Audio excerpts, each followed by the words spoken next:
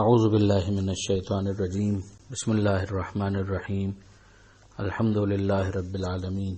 والصلاة والسلام علی اشرف الانبیاء والمرسلین واہل بیتہ الطیبین الطاہرین المعصومین اما بعد۔ سورہ مبارکہ بقرہ آیت نمبر 142 سے آیت نمبر 146، آیت نمبر 142 سے لے کر آیت نمبر 146 تک۔ بسم اللہ الرحمن الرحیم۔ سيقول السفهاء من الناس ما ولاهم عن قبلتهم التي كانوا عليها قل لله المشرق والمغرب يهدي من يشاء إلى صراط مستقيم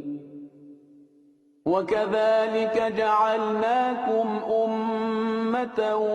وسطا لتكونوا شهداء على الناس ويكون الرسول عليكم شهيدا وما جعلنا القبلة التي كنت عليها إلا لنعلم من يتبع الرسول ممن ينقلب على عقبيه وإن كانت لكبيرة إلا على الذين هدى الله وما كان الله ليضيع إيمانكم إن الله بالناس لرؤوف رحيم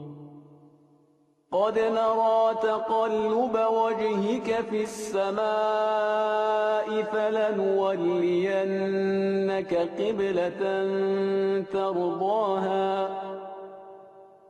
فول وجهك شطر المسجد الحرام وحيث ما كنتم فولوا وجوهكم شطره وَإِنَّ الَّذِينَ أُوتُوا الْكِتَابَ لَيَعْلَمُونَ أَنَّهُ الْحَقُّ مِنْ رَبِّهِمْ وَمَا اللَّهُ بِغَافِلٍ عَمَّا يَعْمَلُونَ وَلَئِنْ أَتَيْتَ الَّذِينَ أُوتُوا الْكِتَابَ بِكُلِّ آيَةٍ مَا تَبِعُوا قِبْلَتَكَ وَمَا أَنْتَ بِتَابِعٍ قِبْلَتَهُمْ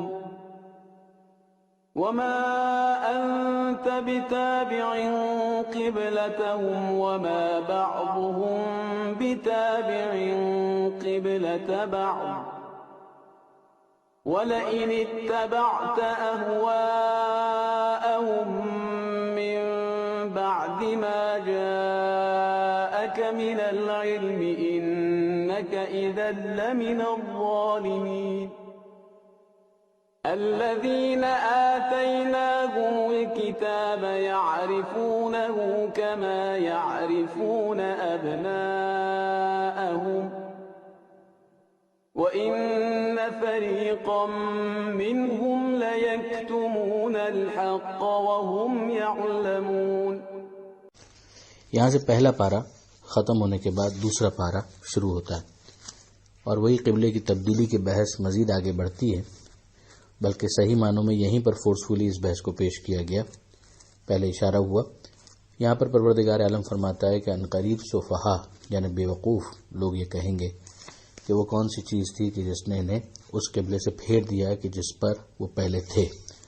ظاہر ہے کہ بیت المقدس کی طرف رخ کر کے مسلمان پہلے نماز پڑھا کرتے تھے، اور مکے کی زندگی میں ہجرت سے پہلے یہی طریقہ رہا، اور کچھ عرصہ ہجرت کے بعد مدینے میں بھی یہی روش رہی۔ مگر یہاں پر ایک فرق بہت نمایاں ہو گیا کہ مکے میں تو اس بات کا امکان تھا کہ خانہ کعبہ کو درمیان میں رکھ کر بیت المقدس کی طرف رخ کیا جائے، جو کہ پیغمبر اکرم صلی اللہ علیہ وآلہ وسلم کا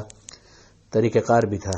مگر مدینہ منورہ آنے کے بعد یہ بالکل 180 ڈگری کے اوپر اپوزٹ ڈائریکشنز میں معاملہ ہو گیا کہ بیت المقدس کی طرف رخ کیا جاتا تو پھر اب خانہ کعبہ کی طرف پشت ہوتی، مگر چونکہ قبلہ وہی تھا لہذا پیغمبر اکرم صلی اللہ علیہ وآلہ وسلم بیت المقدس ہی کی طرف رک کر کے نماز پڑھا کرتے تھے، اور مسلمان بھی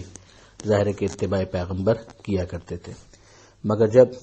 عین نماز کے درمیان، جبکہ پیغمبر اکرم مشہور، جس کو بعد میں مسجد ذو قبلتین کہا گیا اور آج بھی اس کی یادگار موجود ہے، وہاں پر نماز پڑھ رہے تھے تو درمیان میں حکم آیا، جس کے بعد پیغمبر اکرم نے نماز کا ایک حصہ خانہ کعبہ کی طرف رک کر کے پڑھا،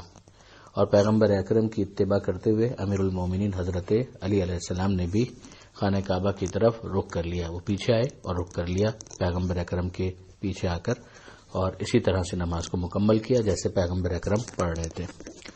جس کی وجہ سے مولا کا ایک لقب بھی ہے کہ مصلی الی القبلتین، کہ گویا ایک ہی نماز میں دو قبلوں کی طرف رک کر کے نماز پڑھنے کا شرف پیغمبر اکرم کے پیچھے مولا کو بھی حاصل ہوا۔ تو اب یہ قبلہ تو تبدیل ہو گیا، مگر اس حکم کے نسخ ہونے کی وجہ سے بہت سارے افراد نے اعتراضات شروع کر دیے۔ وہ اعتراض یہ تھا کہ کیا وجہ ہے کہ انہوں نے قبلے کو تبدیل کر دیا۔ اب اگر آپ کے ذہن میں ہو تو پہلے پارے کے اندر جہاں وہ آیت آئی تھی کہ ما ننسخ من آیت او ننسها نأتی بخیر منہا، وہاں پر ہم نے اس بات کو واضح کیا تھا کہ نسخ شریعت اور ایک ہی شریعت کے اندر بعض احکام کی تبدیلی کا کیا فلسفہ ہو سکتا ہے۔ یہاں پر پروردگار عالم نے اس میں سے ایک انتہائی اہم بات کی طرف متوجہ کیا کہ مشرق ہے، مغرب ہے، یہ سب اللہ ہی کے لیے ہے۔ کسی سمت میں ذاتی طور پر کوئی تقدس نہیں ہے، بلکہ یہ حکم پروردگار کی پیروی ہے، ایک نظم و نسق ہے کہ جو پروردگار عالم کی طرف سے قائم کیا گیا ہے کہ یہدی من یشاء الی صراط مستقیم، کہ اللہ جس کی چاہتا ہے صراط مستقیم کی طرف ہدایت کر دیتا ہے۔ تو ایک بات ضمناً یہاں پہ سمجھ میں آتی ہے کہ سمت پرستی اگر کسی کے ذہن میں ہے تو اس کو بھی نکالا جائے کہ خدا پرستی ہوگی۔ سمت ایک قبلہ ہو سکتا ہے، ڈسپلن ہو سکتا ہے، ایک نظم ہو سکتا ہے، اس کے اندر ایک خوبصورتی، ایک چام، ایک اٹریکشن ہے، مگر جو اصل مقصد ہے وہ یہ کہ انسان جو ہے وہ اس حوالے سے واضح رہے کہ پروردگار عالم کی پرستش کرنی ہے، اور قبلہ جسے خدا قرار دے گا اس کی قبلے کے طور پر قبول کرنا یہ ایک مسلمان کی بطور مسلم ذمہ داری ہے۔ تو یہاں پر پروردگار عالم نے اس کو واضح کیا۔ آگے چل کر پروردگار عالم نے یہ بھی ارشاد فرمایا کہ ہم نے اس قبلے جس کی طرف پہلے یہ لوگ رک کر کے نماز پڑھ رہے تھے اس سے قرار اسی لیے دیا کہ تاکہ پتہ چل جائے کہ کون ہے جو رسول کا اتباع کرنے والا ہے اور کون ہے کہ جو پچھلے پاؤں پیچھے کی طرف پلٹ جانے والا ہے، یعنی یہ بھی سمجھ میں آ جائے گا کہ کون رسول کو واقعی رسول مان رہا ہے، ورنہ اگر ڈھل مل یقین ہو تو اس طرح کے احکام پھر بار ہو جاتے ہیں۔ پروردگار نے خود کہا کہ یہ بہت سخت تھا مگر ان لوگوں کے لیے کہ جنہیں اللہ نے ہدایت دی۔ اب جو ہدایت قبول کر چکا ہے وہ تو پھر پیغمبر اکرم کی اطاعت میں پوری طرح سے سرشار ہے، اشارہ پیغمبر کا منتظر ہے، جہاں پیغمبر کہیں وہ پیغمبر اکرم کی اتباع میں رخ وہیں پر کرنے کے لیے تیار ہے۔ پھر یہ بھی واضح کر دیا گیا کہ تمہارے ایمان کو اللہ ضائع نہیں کرے گا، یعنی اگر کسی کے ذہن میں یہ ہے کہ پچھلی نمازوں کا کیا ہوگا تو ان نمازوں کو بھی ضائع نہیں کیا جائے گا۔ یہاں پر نماز کو ایمان سے تعبیر کیا گیا، جو نماز کی اہمیت کو بڑھا کر اور سمجھا کر واضح کرنے والا ایک معاملہ ہے۔ تو آپ دیکھیں گے کہ پہلے بھی ظاہر بیت المقدس بھی حکم خدا کی وجہ سے قبلہ قرار دیا گیا تھا، اور اسے بھی خانہ کعبہ کو بھی حکم خدا ہی کی وجہ سے قبلہ قرار دیا گیا۔ درمیان میں ہم دیکھتے ہیں کہ پروردگار عالم نے امت وسط کا ذکر کیا کہ اسی طرح سے ہم نے تم کو امت وسط قرار دیا، یعنی درمیانی امت جو ایک عدل کے ساتھ معاملہ ہو، درمیانی، نہ افراط نہ تفرید، نہ ایکسٹریم رائٹ نہ ایکسٹریم لیفٹ، تاکہ تم شہداء بن سکو، گواہ بن سکو لوگوں پر، اور رسول تمہارے اوپر گواہ ہوں۔ یہاں پر ایک بحث ہے جس کی تفصیل اپنے مقام پر کہ کیا یہ تمام امت کو کہا جا رہا ہے یا نہیں۔ قرآن مجید تو ابراہیم علیہ السلام کو فرد واحد ہوتے ہوئے بھی امت سے تعبیر کرتا ہے، لہذا اس بات کا امکان ہے کہ یہ خطاب خاص ہو، خاص طور پر اس وقت بھی جب ہم دیکھتے ہیں کہ عام افراد میں ایسے بھی لوگ موجود ہیں کہ جو ایک مقدمے کے اندر بھی گواہ بننے کے قابل نہیں ہوتے۔ تو ظاہر ہے کہ پوری اس طرح سے گواہی دینا کہ جہاں پر لوگوں کے اوپر گواہی اس شان کے ساتھ ہو کہ جس کے لیے بہت ہی عمدہ ایک تعبیر استعمال کی گئی حضرت علامہ نقن صاحب کی طرف سے کہ گواہ یعنی وہ نمونہ کامل جو معیاری ہونے کی بنا پر دوسروں کے نقص و کمال کے درجے کا اظہار کر دے۔ یعنی ایک طرح سے میزان عمل بن جائے کہ اس کو دیکھو اور اس کے ذریعے سے دوسروں کے اس عمل کی اہمیت اور اس کی ویٹیج کو سمجھو. جو جتنا ان سے قریب ہوتا چلا جائے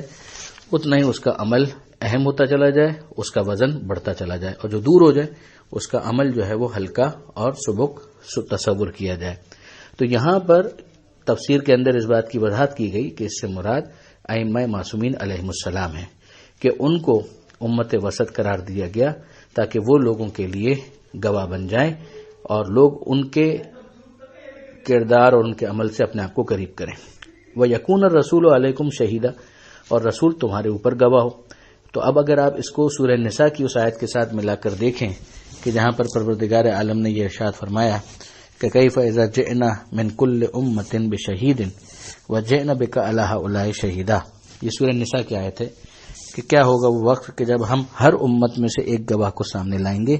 اور اے رسول آپ کو ان گواہوں کے لیے گواہ قرار دیں گے. تو غور کیجئے گا، یہ بہت ہی دلچسپ نقطہ ہے کہ ماضی میں جو انبیاء گزر گئے وہ نبی ہونے کے ساتھ گواہی دیں گے اپنی اپنی امت پر، اور رسول ان پر بھی گواہ ہوں گے. اور اس امت میں پیغمبر اکرم کے بعد پھر ائمہ معصومین جو ہیں وہ لوگوں کے لیے گواہ کی حیثیت رکھتے ہیں اور رسول ان پر بھی گواہ ہوں گے. تو یہ پیغمبر اکرم کی وہ مرکزی شخصیت ہے اور مرکزیت ہے کہ جس کو یہاں پر دیکھا جا سکتا ہے. آگے پروردگار عالم نے پھر قبلے کی بحث میں یہ ارشاد فرمایا کہ قد نغرا تقلب وجهک فی السماء، ہم آپ کے چہرے کو دیکھ رہے تھے کہ آپ بار بار آسمان کی طرف دیکھ رہے تھے گویا کب وہی نازل ہوتی ہے. تو اب ہم آپ کو فلنولینک قبلۃ ترضاھا، اس قبلے کی طرف پھیرے دیتے ہیں کہ جس سے آپ راضی ہو جائیں. یہ بھی خوب نقطہ ہے کہ سب خدا کو راضی کرنا چاہتے ہیں اور پیغمبر اکرم کو خدا راضی کرنا چاہتا ہے صلی اللہ علیہ وآلہ وسلم. تو پھر حکم دیا جا رہا ہے کہ اپنا رخ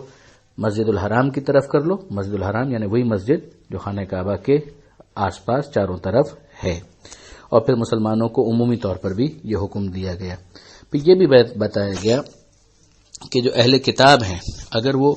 اس مسئلے کے اوپر مذاق اڑا رہے ہیں یا قبول نہیں کرنا چاہتے تو ایسا نہیں ہے کہ انہیں کوئی مس انڈرسٹینڈنگ ہے، وہ اچھی طرح سے جانتے ہیں، مگر ان کا معاملہ اس وقت ہٹ دھرمی کا ہے، تعصب کا ہے. تو اگر ساری نشانیاں بھی ان کے سامنے پیش کر دی جائیں پھر بھی وہ قبول کرنے والے نہیں ہیں، اور نہ ہی آپ ان کے قبلے کی اتباع کریں گے، اس لیے کہ آپ اس کے یا اس کے قبلے کی وجہ سے کسی قبلے کو قبلہ نہیں مان رہے تھے، بلکہ آپ تو حکم خدا کی وجہ سے مان رہے تھے. تو یہاں پر خواہش کی اتباع کی کوئی گنجائش نہیں ہے، ورنہ اسی کو ظلم سے تعبیر کیا جائے گا. پھر واپس اختتام ہوتا ہے اس صفحے کا کہ جس میں کہا جاتا ہے کہ وہ لوگ کہ جن کو کتاب ہم نے دی ہے یعنی اہل کتاب، یہ اس رسول کو جانتے ہیں کہ جیسے وہ اپنے بیٹوں کو جانتے ہیں، اولاد کو جانتے ہیں. اولاد کو انسان بہت واضح طور پر پہچانتا ہے، کوئی اس کو غلط فہمی نہیں ہوتی. بالکل ویسا ہی پہچاننا رسول کا بھی ہے کہ رسول کو پہچاننے میں انہیں کوئی زحمت نہیں ہے. خاص طور پر ان کے جو پریسٹ ہیں، ان کے جو بڑے ہیں، وہ اپنی کتابوں میں نشانیوں کو دیکھ کر خوب پہچانتے ہیں، مگر ان میں کا ایک فریق، ایک گروہ وہ حق کو چھپاتا ہے جبکہ وہ جانتا ہے. یہاں پر بھی قرآن مجید نے انصاف اور عدل کا مظاہرہ کیا کہ ان لوگوں میں ایک گروہ کا تذکرہ کیا، نہ یہ کہ ایک ہی برش سے سب کو پینٹ کر دیا کہ بہرحال ان میں بھی حق طلب افراد ہیں کہ جو حق کو سمجھنے کے بعد حق کی طرف آنے کے لیے آمادہ اور تیار ہو جائیں گے. یہاں پر یہ صفحہ مکمل ہوتا ہے آیت نمبر 146 پر. پروردگار عالم سے دعا ہے قرآن سمجھنے اور اس پر عمل کرنے کی توفیق عطا فرمائے اور وارث قرآن امام زمانہ کے ظہور میں تاجیل فرمائے. وآخر دعوانا ان الحمد للہ رب العالمین. والسلام علیکم ورحمۃ اللہ وبرکاتہ.